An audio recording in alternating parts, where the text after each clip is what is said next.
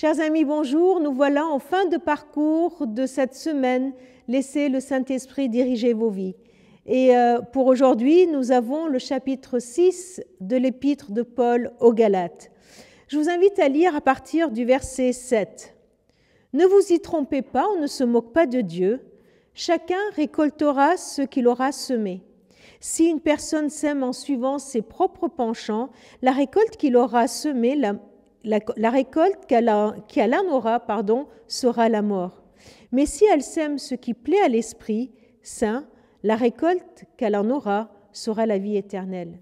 Ne nous lassons pas de faire le bien, car si nous nous décourageons, nous aurons notre récolte au moment voulu. Ainsi, tant que nous en avons l'occasion, faisons du bien à tous, surtout à nos frères et à nos sœurs dans la foi. » Voilà une question qui nous est posée aujourd'hui. Qu'est-ce que nous semons? Comment nous semons? Ce texte nous parle de cette marche dans l'esprit qui est une marche de semence, une marche où on pose des graines dans la vie des autres. On pose des graines tout autour de nous. Et une question qui nous est donnée, c'est qu'est-ce que nous semons? Réfléchissons à la semence qu'il y a autour de nous.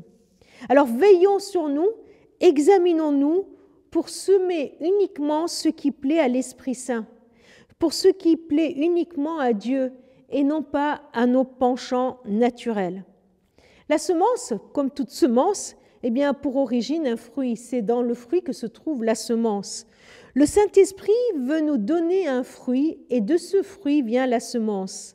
Dans Galates 5, 22, le chapitre précédent, Paul avait parlé du fruit de l'Esprit. Il avait dit que le Saint-Esprit, le fruit qu'il produit, c'est l'amour, la joie, la paix, la patience, la bienveillance, la bonté, la fidélité, la douceur, la maîtrise de soi. Ce fruit porte en lui la semence que nous avons à semer. Et pour que ce fruit donne une semence, nous devons agir avec le Saint-Esprit. Et c'est ainsi que lorsque nous semons ce que le Saint-Esprit produit en nous, nous récolterons aussi un fruit éternel. Une petite question. Pourquoi nous avons tant de mal à semer autour de nous ce que l'Esprit produit en nous, comme l'amour, la joie, etc. Tout d'abord parce que nous devons laisser le Saint-Esprit produire cela en nous. Nous devons vraiment être vigilants et demander à l'Esprit de nous donner ce fruit-là, de le laisser agir en nous pour que ce fruit soit manifeste.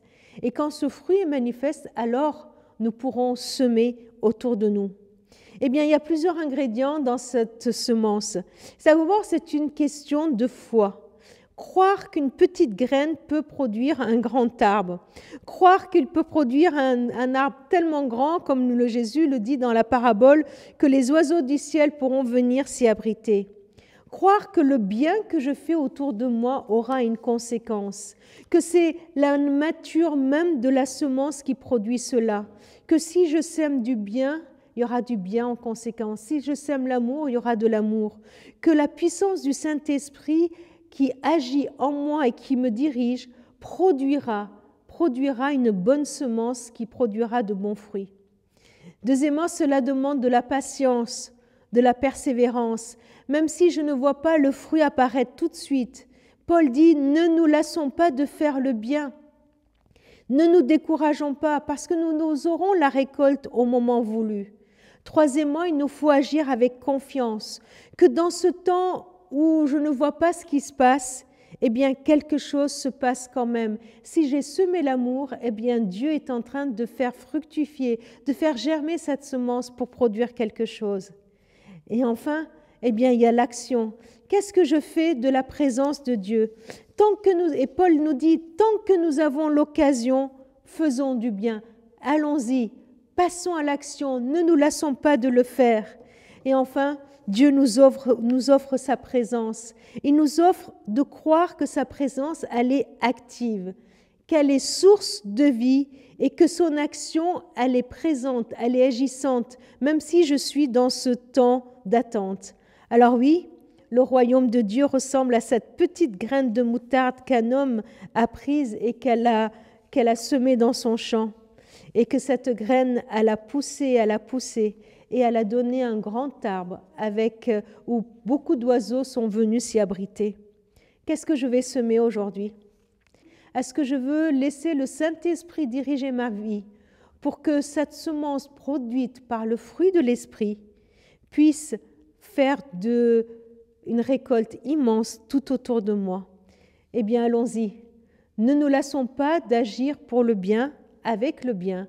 C'est ainsi que le royaume de Dieu va s'étendre. C'est ainsi que son règne va venir.